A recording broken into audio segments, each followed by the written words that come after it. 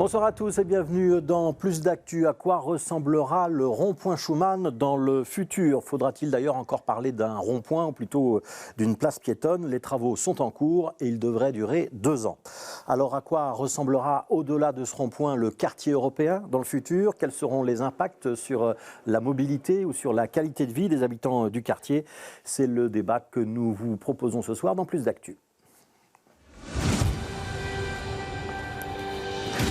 Voilà, et nos invités sur ce plateau ce soir, ce sont Hans Persons, bonsoir, secrétaire d'État en charge de l'urbanisme au sein du gouvernement bruxellois, vous êtes membre du parti Voreut, et Pierre-Luc Vermandier, bonsoir, vous êtes un habitant de ce quartier européen, et vous êtes membre du comité de quartier européen qui est intervenu régulièrement dans ce dossier, on va y revenir, merci à tous les deux, d'abord une petite introduction en vidéo comme tous les jours, on va remonter au coup d'envoi de ce chantier, c'était il n'y a pas si longtemps, c'était le 22 novembre, reportage ce jour-là de Laura Saint-Guilain et Loïc Bourlard. Premier coup de pelle symbolique pour marquer officiellement le lancement du chantier de transformation du rond-point Schuman. Le coût, 25 millions d'euros. Les travaux s'étaleront sur 2 ans environ. Le but est de faire en sorte que le trafic soit rationalisé, orienté sur une côté, comme ça le reste du square peut vraiment être un lieu de rencontre, un endroit pour se reposer et vraiment un endroit où les piétons, les cyclistes sont en toute sécurité. Le projet séduit celles et ceux qui empruntent tous les jours le rond-point à pied pour se rendre au travail. Pour moi, ça peut être que du positif, ces nouveaux plans par rapport à l'utilisation de l'espace public et comment ça va être utilisé pour le futur de la ville. Je pense que c'est du gagnant-gagnant. Je sais que ça n'en a pas l'air maintenant, mais je pense que les gens s'habitueront à la situation. Alors ce sera un changement fantastique pour tout le monde, économiquement et socialement. Si certains riverains se réjouissent, d'autres émettent des réserves. Il faut voir s'il va être bien réalisé et voir s'il n'a pas trop d'impact sur la circulation et le quartier en lui-même, s'il ne va pas trop perturber en fait les habitudes des gens. Les commerçants, eux, sont particulièrement inquiets et en colère. Ils se sentent oubliés. On serait content d'avoir un beau rond-point, mais de là, devoir couper toute la circulation, on ne comprend pas. Vous avez un livreur qui doit aller d'un côté à l'autre du rond-point. Là où il mettait 200 mètres, il devra mettre 1,6 km. On craint que les clients se disent non, c'est un trop gros détour, on va plutôt aller dans un autre quartier. Donc que ça isole vraiment le quartier européen par rapport au reste, aux alentours de Bruxelles, quoi. Les commerçants rédigent un recours en annulation. Il sera déposé prochainement au Conseil d'État. Ils se disent prêts à déposer un recours en suspension s'il le faut pour bloquer les travaux. Donc reportage qui date du 22 novembre, il y a des choses qui ont évolué depuis. Le fameux recours dont on parlait a effectivement été déposé. On va y revenir. D'abord, Hans Persons, où est-ce qu'on en est dans le chantier? Il y avait une première phase qui était surtout la démolution du rond-point actuel. Théoriquement, elle est achevée depuis le 8 janvier. On entre dans la deuxième phase. Qu'est-ce qu'on va faire maintenant et dans le futur? Voilà, on peut le voir, on a pu bien le voir quand il a neigé, la place est complètement vide, est complètement vidée. Et donc maintenant, c'est la phase de reconstruction qui peut commencer. Ouais, et théoriquement, avec toujours des nuisances, donc toujours 2 bandes de circulation sur l'avenue Kortenberg et aussi la fermeture de la circulation sur une partie de l'avenue de la Joyeuse Entrée. Hein. Oui, voilà, c'est un chantier, donc il y a des effets sur la circulation. Et ça, c'est toujours un peu le désavantage quand on fait les travaux. Ça a un impact sur l'espace public autour. Mais bien évidemment, un chantier, c'est temporaire. Et ce qu'on attend, c'est voir les résultats après. Ça, on sait, les travaux, c'est toujours désagréable pour tous et toutes, mais il faut passer par là pour avoir un meilleur résultat après. Ouais. On confirme que théoriquement, la fin du chantier, c'est pour la fin 2025. Théoriquement, en 2026, oui, on a ce nouveau quartier Schuman qui va émerger. Ouais. Alors, je me tourne vers vous, Pierre-Luc Vermandier. Donc, on sait que les travaux, c'est difficile. Vous confirmez qu'en ce moment, c'est compliqué? Oui, c'est compliqué, mais ça, on s'y attendait. Les travaux, c'est toujours compliqué. Voilà. Est-ce que vous nous confirmez aussi qu'il y a bien eu un recours au Conseil d'État déposé par le comité de quartier européen? En réalité, il y a 3 recours. Il y a un premier recours en annulation sur le premier permis et il y a 2 recours qui ont été introduits en fin d'année, un recours en annulation et un recours en suspension sur le deuxième permis. Ouais. Pourquoi un recours en annulation et un recours en suspension? Et qu'est-ce que vous visez précisément dans ces recours? Et si c'est possible de nous expliquer ça, je sais que ce sont des gros dossiers juridiques compliqués, mais en quelques phrases. Alors nous, ce que nous souhaitons, c'est l'arrêt immédiat des travaux Voilà, c'est pour ça que nous demandons un recours en suspension. Et ensuite, nous souhaitons aussi qu'on reprenne ce projet à zéro pour tenir compte de la dimension européenne du quartier, tenir compte des préoccupations des habitants, des commerçants, des travailleurs du quartier, et en fait avoir quelque chose qui symbolise l'Europe, ce qui n'est pas le cas du tout avec ce projet. On a quelque chose qui est très minéral, on a un grand disque, on n'a aucune référence à la construction européenne, aucune référence aux États membres. Nous, on voulait autre chose, quelque chose de plat. On aurait pu organiser des manifestations culturelles, des manifestations politiques, comme c'était le cas avant, en fait. Ouais. Je peux continuer ? Oui. Et en fait, ce projet actuel-là ne le permet pas du tout. Ouais. Quand vous dites qu'il faut recommencer à zéro, c'est-à-dire que vous avez le sentiment de ne pas avoir été écouté. Il y a quand même eu des comités de concertation, des enquêtes publiques, on a entendu des bourgmestres s'exprimer les uns à la suite des autres. Alors, en effet, nous avons pu nous exprimer, par écrit normalement, enfin, dans le cadre des procédures d'enquête publique. Donc, plusieurs centaines de riverains ont émis des avis. Nous n'avons pas l'impression d'avoir été entendus, puisque nos préoccupations principales n'ont pas été reprises. Alors, je me tourne vers Hans Persson. On va essayer peut-être de comprendre à quoi ça va ressembler, ce futur rond-point dans le futur. Et puis après, on parlera du quartier. Le futur rond-point, donc on va peut-être voir une image. Il y a un gigantesque auvent circulaire, une image fixe là, sur laquelle on peut s'arrêter. C'est la plus parlante. Pour qu'on comprenne bien, on voit bien que sur la partie gauche de l'image, il y a encore une circulation automobile possible. C'est depuis l'avenue de Kortenberg, on pourra emprunter ce qui est aujourd'hui un rond-point jusqu'à la rue de la Loi. Sur la partie droite, en revanche, sur cette image, avenue de Dorghem, rue Froissart, c'est complètement piéton à l'avenir. Oui, et pour des livraisons, bien évidemment, ils peuvent encore passer. Et l'idée, en fait, c'est... il y a eu une compétition architecturale avec le Baumeister, avec le BM1. C'est un bureau d'architectes danois, Coop, avec Brut, qui ont remporté le concours. Et au début, je ne pense pas que c'était l'idée de mettre un auvent. C'est les architectes qui sont venus avec ça, parce que c'est un espace qui est très, très grand, avec des bâtiments d'une certaine hauteur autour. Et se sont dit, pour un peu équilibrer cette place, il faut un volume au milieu qui centre un peu, qui vraiment fait que ça soit plus un rond-point, mais une vraie place.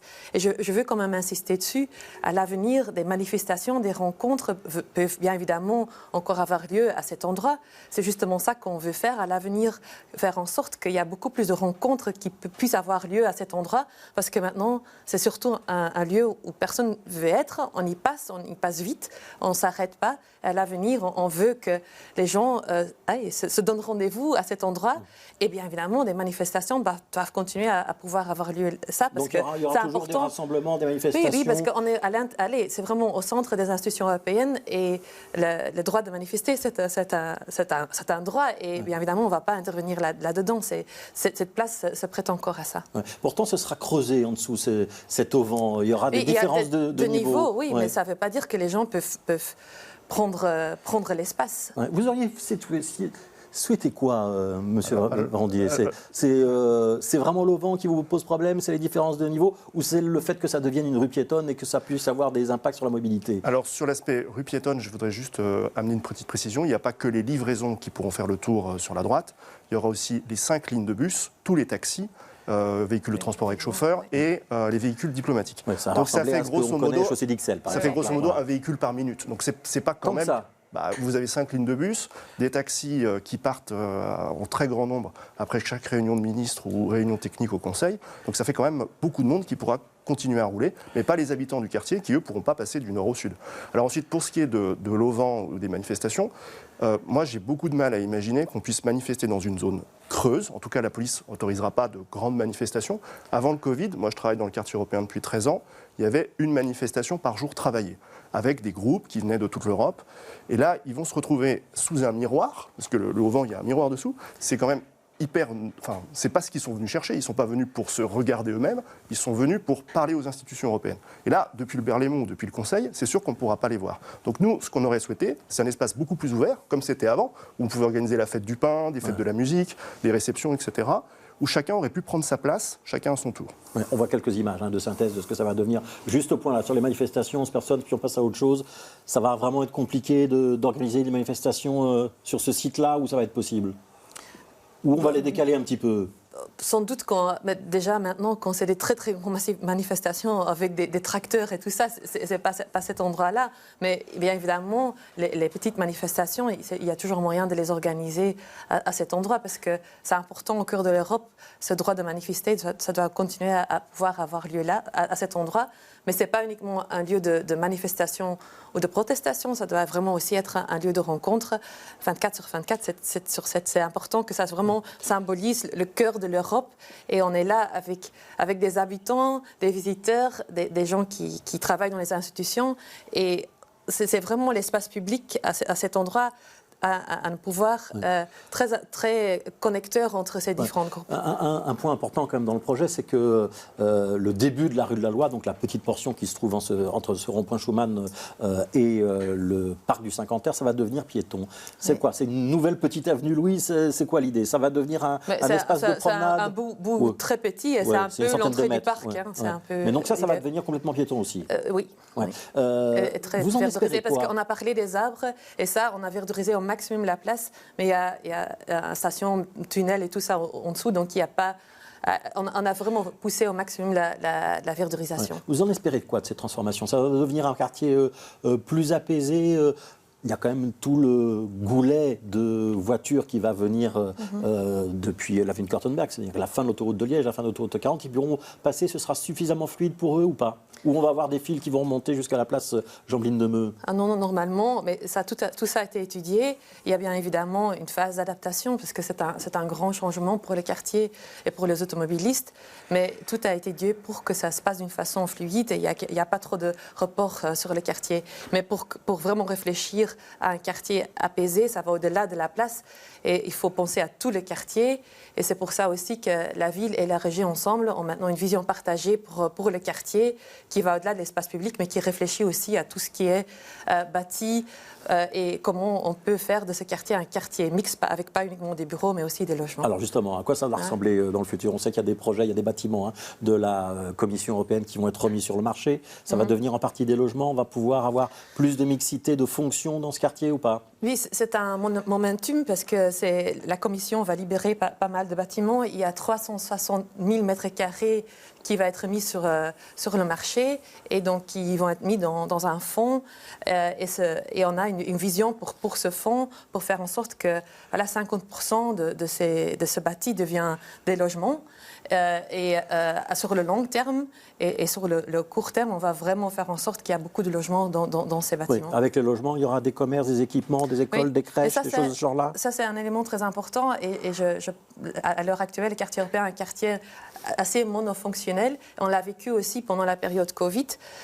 Quand il n'y avait pas le personnel du bureau, ça devenait un quartier assez mort. Et donc avoir plus d'habitat, plus d'équipements publics, plus de commerce, c'est essentiel pour y faire un quartier vivant. Alors, je me retourne vers Pierre-Luc Vervandier. L'idée d'un quartier monofonctionnel, c'est vrai, alors, il y a quelques habitants comme vous, mais il y a quand même aussi beaucoup de bureaux dans ce quartier européen. On peut aller vers quelque chose de plus mixé, avec plus d'équipements, moins de caractère 100% Europe, ou vous n'êtes pas demandeur? Alors, ça, c'est peut-être un point sur lequel on est vraiment d'accord, Madame Persons et moi, c'est que le comité de quartier, nous, on souhaite plus d'habitants, plus de commerçants, plus d'efforts faits pour nos commerçants qui ont beaucoup souffert du Covid, du développement du télétravail. Il y a beaucoup moins de travailleurs dans le quartier européen puisque les fonctionnaires européens font plus de télétravail.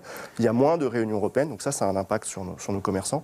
Donc si le quartier devenait plus monofonctionnel, plus tout le monde se porterait mieux. Ouais. Donc ça c'est vraiment notre souhait. Donc là, on a aussi une demande on a aussi une demande qui est plus de mixité sociale, donc qui est plus de logements sociaux et plus d'équipements sportifs dans le quartier. Donc ça va être possible aussi, j'imagine. On vise à un quart de logements sociaux. Ouais.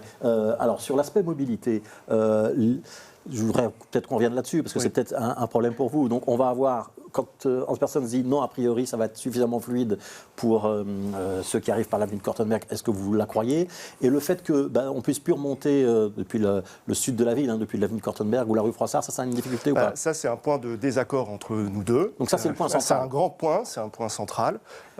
C'est aussi des déplacements de trafic, puisque le trafic qui était essentiellement concentré sur des rues de bureaux va passer sur des rues de logement, le long du parc.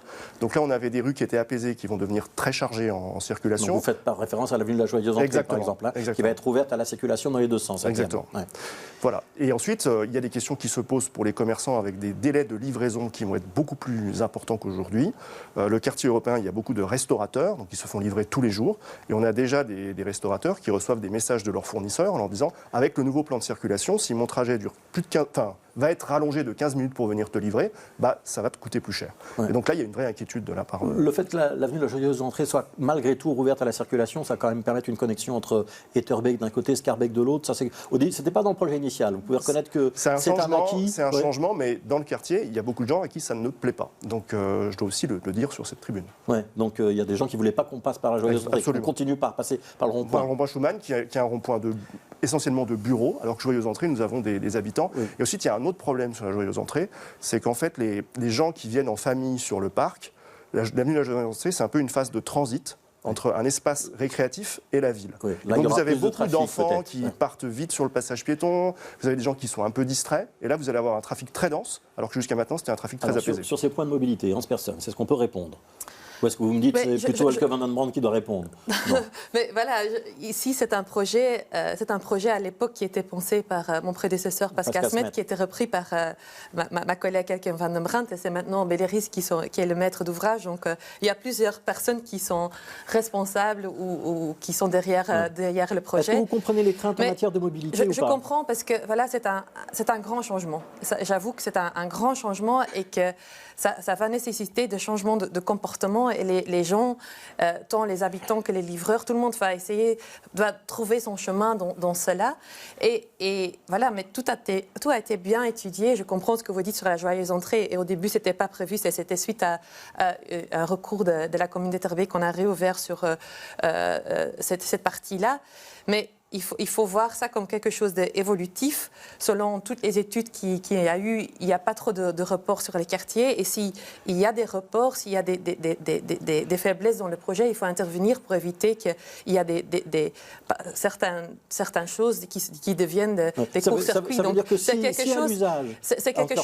à l'usage, vous vous rendez compte que, par exemple, tout le trafic se met à passer par le square Ambiorix, par exemple, on va prendre cet exemple-là, ou de l'autre côté, vous pourrez faire des modifications? Oui, ça ne fait pas partie de mes compétences, mais je pense qu'il faut toujours être à l'écoute.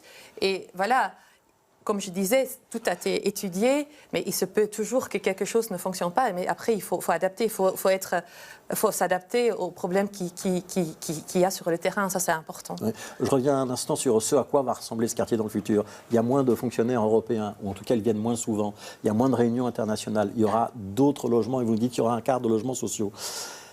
Ça va complètement changer de visage. Est-ce qu'il faut en profiter pour refaire les trottoirs, remettre des arbres? On réfléchit à quelle échéance ce quartier européen, au-delà du rond-point Schuman?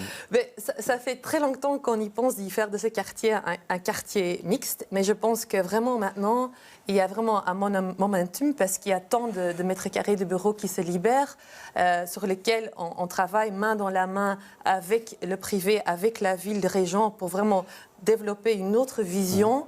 Et donc, on doit vraiment sauter sur l'occasion et en même temps, pas uniquement réfléchir le bâti, donc plus de logements, plus de commerce, plus d'équipements, mais aussi, pas uniquement les grands axes, mais aussi les petites rues. Et ça, c'est très important dans les quartiers européens. C'est un quartier, quand j'étais encore à la ville, c'était un des quartiers avec la moins de verdure dans les petites rues. C'est un quartier où on a fait un projet pilote qui part du sous-sol. On a vraiment fait une sorte de cartographie qui met en carte où on peut planter des gros arbres. Et c'est un projet de la ville qui va maintenant être mené à bien pour vraiment un maximum faire en sorte que les petites rues soient de plus en plus agréables et que les gens les empruntent et que ça devient aussi un quartier où c'est agréable à vivre. Pierre Lugan, est-ce que vous êtes convaincu ou est-ce que vous restez sceptique et demandez à voir? Non, mais moi je soutiens. Dans le quartier, il y a une demande très très forte de plus d'espaces verts, de plus d'arbres. On voit qu'avec le réchauffement climatique, nos villes sont de plus en plus chaudes l'été. Donc nous, ça c'est quelque chose qu'on soutient complètement. Et pour le rond-point Schuman, pour revenir là-dessus, nous on aurait souhaité quelque chose de beaucoup plus vert. Alors on entend bien les problèmes de sous-sol, puisqu'il y a 4 tunnels dessous, mais on pourrait imaginer de la pelouse, on aurait pu imaginer plus de buissons. Avant qu'on détruise le rond-point actuel, il y avait une vingtaine d'arbres autour, donc ils avaient bien réussi à pousser quand même, certes dans des pots, mais ils avaient quand même réussi à pousser. Et donc nous, pour verduriser le quartier, on soutient complètement la ville et la région. Là, on est complètement d'accord. Donc sur le long terme, vous avez plutôt une vision assez proche. Par contre, sur le court terme et sur la pratique du rond-point Schuman, là, vous pensez qu'il y a c'est quoi? C'est une occasion ratée en fait. Pour moi, c'est une occasion ratée et c'est surtout beaucoup d'argent public gaspillé. Ouais. Parce qu'en en fait, là, on est sur un rond-point qui va coûter 25 millions d'euros minimum, parce qu'on sait toujours qu'il y a des surcoûts après. Cet argent aurait pu être employé ailleurs, ou en tout cas autrement. Quand on voit l'état des trottoirs dans certains quartiers de la ville, quand on voit les difficultés qu'ont les personnes en fauteuil roulant à se déplacer, quand on voit les hôpitaux qui sont parfois en mauvais état, il y a beaucoup de choses qu'on aurait pu faire avec ces 25 millions d'euros. Et moi, j'aurais souhaité, parce que si je peux encore m'exprimer, c'est que sur ce rond-point, on associe tous les États membres d'une manière ou d'une autre. On aurait pu imaginer, par exemple... Symboliquement. Oui, symboliquement. On aurait pu imaginer des minéraux qui viennent de toute l'Europe, des végétaux qui viennent de toute l'Europe, on aurait pu imaginer du bois qui vient de toute l'Europe, on aurait pu imaginer aussi des citations de poètes de toute l'Europe traduits pour valoriser le multilinguisme. Là, ce n'est pas du tout le choix qui a été fait. Le choix qui a été fait, c'est quelque chose de le plus neutre possible. Ce rond-point, on aurait pu le mettre en banlieue parisienne, à Lyon, à Marseille, à Stockholm ou au Danemark. Et en fait, il passe partout, mais il est nul. Enfin, moi, je trouve qu'il ne symbolise en rien la construction européenne. Ouais. On est passé à côté de l'occasion, ça manque un petit peu d'âme et d'originalité, Hans Persons. Moi, je ne trouve pas, parce que c'est justement pour ça aussi qu'il y a eu un concours international d'architecture. Et pour moi, ce que vous dites, c'est vrai, c'est beaucoup d'argent, mais aussi c'est le cœur du quartier. Et donc, c'est très important de travailler aussi les petites rues pour qu'ils deviennent plus agréables. Mais cette place, cette square, ces ronds-points qui va devenir une vraie place, une vraie square, il devait avoir un peu un geste un peu plus majestueux. Vous ne croyez pas trop justement parce que c'est le cœur du quartier et c'est un lieu très symbolique. Du quartier, on peut imaginer un peu un speaker corner à la bruxelloise, avec plein d'animations, des gens qui viennent protester, d'autres qui viennent s'informer, des gens qui discutent. En fait, il y a plusieurs débats, mais dans votre question. Ce qui est important, c'est que vous avez aujourd'hui des gens qui remettent en cause le projet européen partout en Europe. Ils ne s'y retrouvent plus, ils ne comprennent pas cette bureaucratie, etc. Parfois, ils viennent à Bruxelles, et c'est une très bonne chose, pour visiter les institutions européennes, rencontrer leurs représentants. C'est pas parce qu'ils vont visiter le rond-point Schuman qu'ils vont convaincus d'être eurosceptiques, quand même. Absolument pas. Mais si vous venez de Slovaquie ou de République tchèque, que vous mettez sur le rond-point Schuman et que vous voyez une citation d'un écrivain tchèque connu, traduit dans toutes les langues, vous vous dites « Ah oui, mais ma culture est reconnue. Ouais, ça, c'est peut-être encore possible de le faire. Mais justement, on est en train de faire un projet avec des artistes européens. Maintenant, on vient d'inaugurer, pendant la présidence belge, une œuvre d'art de 2 artistes belges sur l'esplanade devant le Parlement. Et pendant chaque présidence, il va y avoir un autre œuvre d'art d'autres artistes du pays qui a la présidence, qui après peuvent trouver une place dans le quartier. Parce que je pense que l'art est une façon... C'est une très bonne façon pour justement, comme vous dites, faire des liens avec les visiteurs qui passent dans les quartiers. Donc c'est pas tout à fait exclu que l'idée mais c'est très important ce que dit monsieur, c'est que maintenant, quand les gens pensent au quartier européen, ils pensent aux institutions, à quelque chose d'administratif. Et c'est... Créer une Union européenne, ça passe aussi par la culture.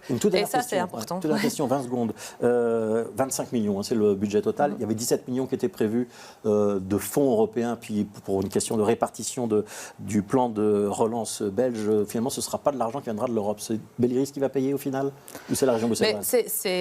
L'État belge, ça continue à être le fédéral qui va payer, mais ils vont faire un prêt. Ça ne va pas venir par le fonds. Mais ce n'est pas la région. Non, ce n'est pas la région, c'est le fédéral. Merci Hans Persons, merci d'avoir participé à ce débat, secrétaire d'État à l'urbanisme. Merci Monsieur Valvandier, membre du comité de quartier européen. Merci à tous les deux d'avoir échangé pendant quelques minutes sur ce sujet-là. On sait qu'il y a encore beaucoup de choses à dire. On y reviendra peut-être. Demain, on parlera des plaisirs d'hiver dans Plus d'actu.